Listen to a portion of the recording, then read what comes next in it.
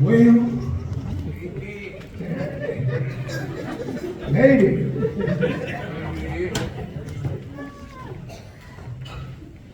Well, back when I was playing football, we were taught to lead with our head, okay?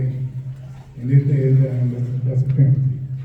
So, my memory, I think some of my brain was definitely inside one of those helmets.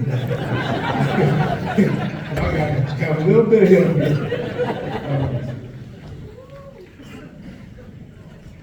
Once I found out I was selected, called, text one of the committee members and asked her how long. Just wanted to know basically about business.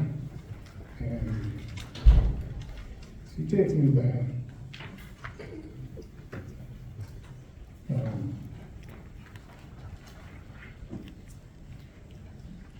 And her text said that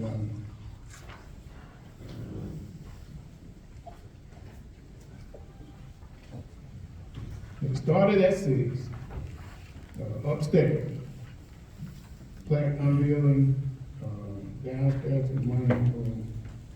Program usually is out by 8 or 8:15.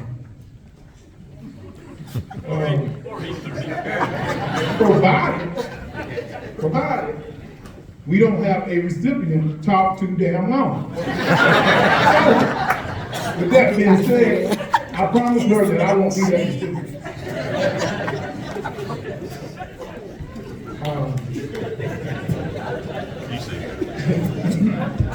So, it's going to be short with you. First of all, of course, I want to thank my Lord and Savior, Jesus Christ, for blessing me with talent and being with me throughout my journey.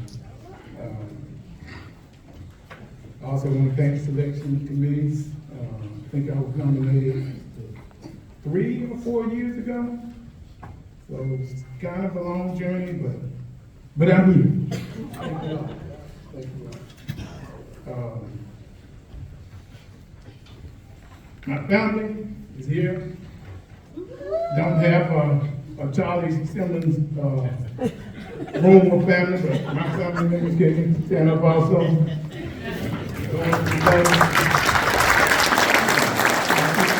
see someone holding my brother up. I looked at him probably about 20 minutes ago. He was asleep. He was wide awake.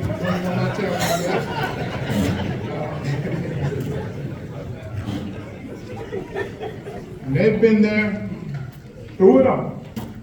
From the time of Ada J. Banks over in the old Tybee neighborhood. I don't know how many people know about that elementary school.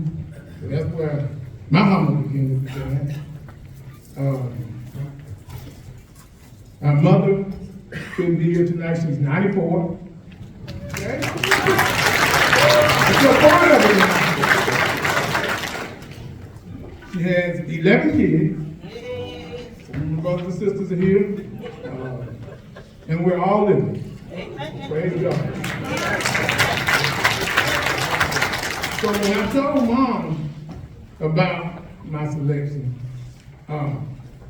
she says, that's good. That's really nice. Said, does any money come along with that? She explained to her that that's when you get that gold jacket. But I did promise her I'll ask the selection committee. I got it from that.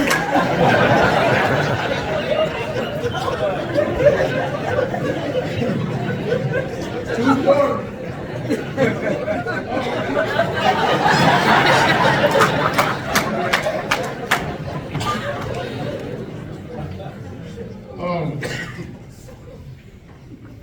And I want to thank also Mr. Wilbur Whitfield, who was on the selection committee. He's the person that nominated me. I know he told me he would be here tonight. Like I mentioned earlier, elementary school, Eddie J. Banks, my elementary school principal, was my first coach, Mr. Mary McCarthy, he's now deceased. Some of the men that played an important part in my early life, and introduced me to organized football in the South Macon neighborhood up at Memorial Gym, which is where the Middle Georgia Community Youth League still plays. Mr. Jesse Carter, he's now deceased. Jimmy Mills, he's founded that league. Connie Cater, of course, he has the casket company, he's still living.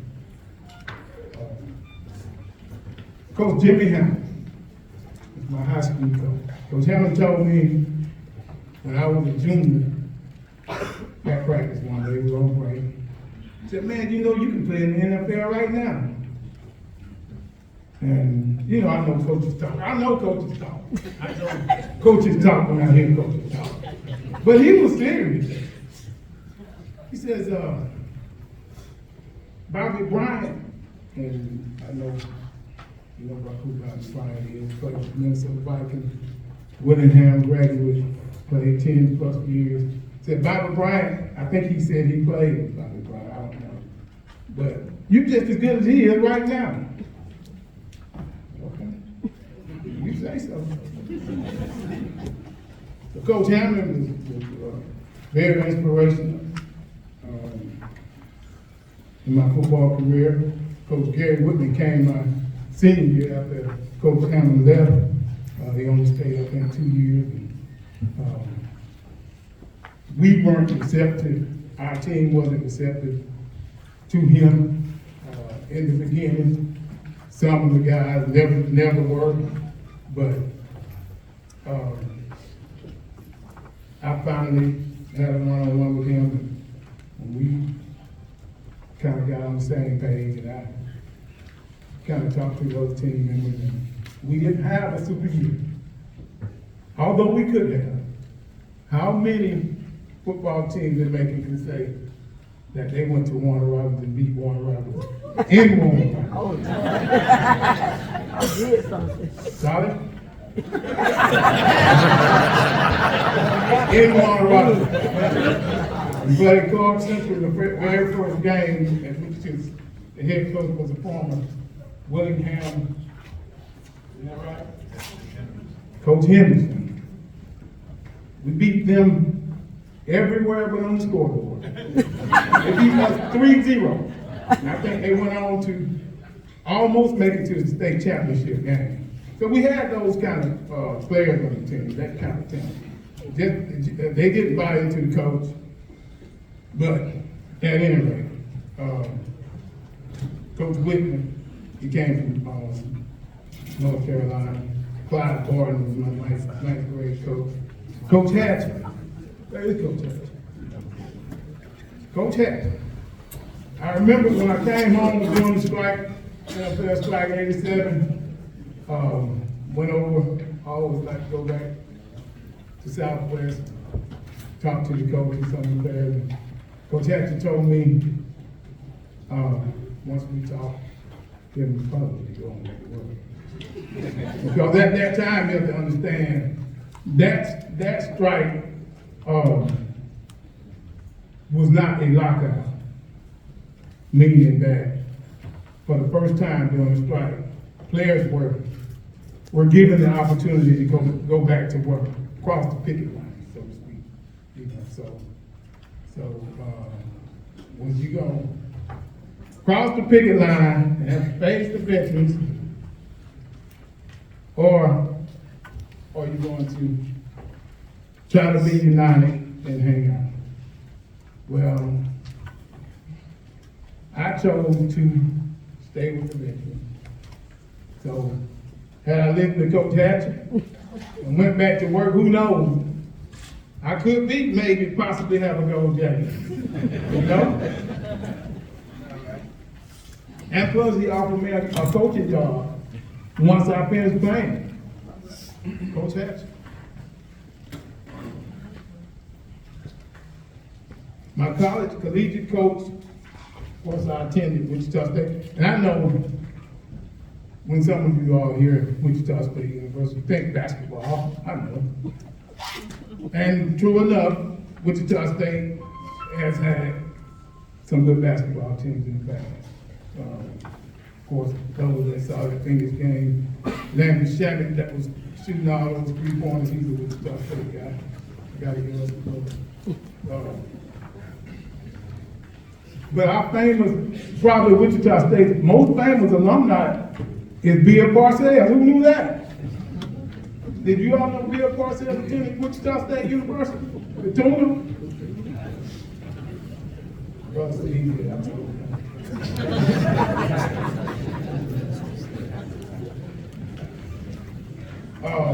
But my head coach, Willie Jeffries, was at South Carolina State University before too. My sister says yes. That's right. That's South Carolina State alumni. She, like myself, started her freshman year also. She probably one day she'll be standing here. That's another story. But Coach Jeffries left South Carolina State my senior year in high school and recruited me a little bit. And he took the job at Wichita State where he became the first head African American head Division 1A football coach. The first one. So I'm a little bit part of history. Willie Jeffries taught me a lot as a man. He got me when I came out of high school, and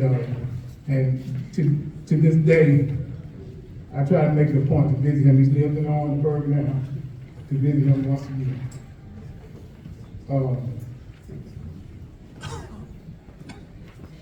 In my senior year, I was the only, and I'm not bragging, I didn't make all state, made all city right there, you and I made all them Georgias. And I was the only Macon that year to make all them Georgias. So proud of that. And make all state, like I said. And so we had a running back on our team, Chucky Davis, who was recruited by everybody. I personally saw USC and one of the scouts from USC and Wisconsin, which is where he ended up going. Come over to Memorial Gym when we were playing basketball during the recruiting season, and they almost came to blows. True story. So Chucky didn't make the All Jordan. There was another running back at Central, Roosevelt Wilder. He had over, I don't know how many scholarships.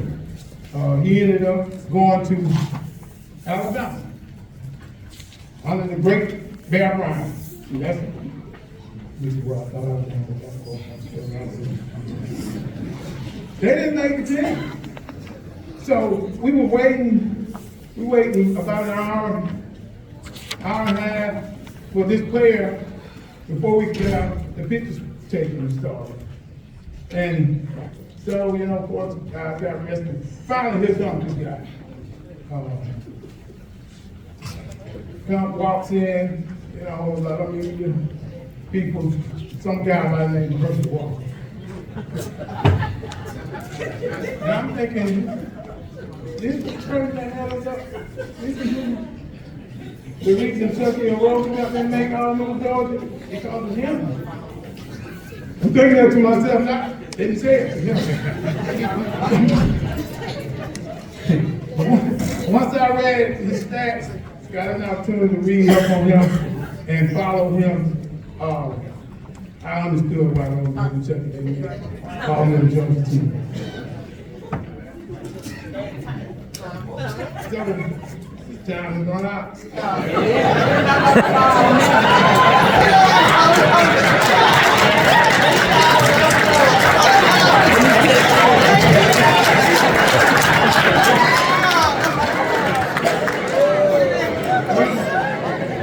Well, I timed Quincy at 6, and I timed him, I won't tell you what his time was. Nobody's like you. But I am coming to a close. Lay that plane, yes. So, you know, I Googled success, and it's the Oxford language. I don't know what Webster says, how Webster defines success, because I didn't look at Webster's definition, but my Google says Oxford language. I can't even say it. But it defines success as the accomplishment of an aim or purpose. An aim or purpose. Success. And along with that, there are around 1.1 million football players that compete in high school. Only 6.5% get a chance to play in NCAA Division 1, 2, and 3. So, got 1.1 million and 6.5% out of that. Get a chance to play just in Division 1, 2, and 3. And of those who are lucky, I say blessed enough, to make it to college football, only 1.6 make it to the NFL. 1.6. Solid? 1.6. 1.6. You know, I was heavily, believe it or not, I was heavily recruited by Alabama. Who was that? Alabama. At any rate, Sylvester Croom was the person that recruited me, and I guess Sylvester probably called me 2 or 3 times a week. Mailman was bringing me letters, my postman. He was so excited. Paul Bear Bryant. He go get Paul Bear Bryant. Got another letter from Paul Bear Bryant. And so Sylvester, he had scheduled me to visit during the Iron Bowl, and probably a week before he says, called me and said, Kelvin, man, I got some. Can't recruit you. Can't recruit you.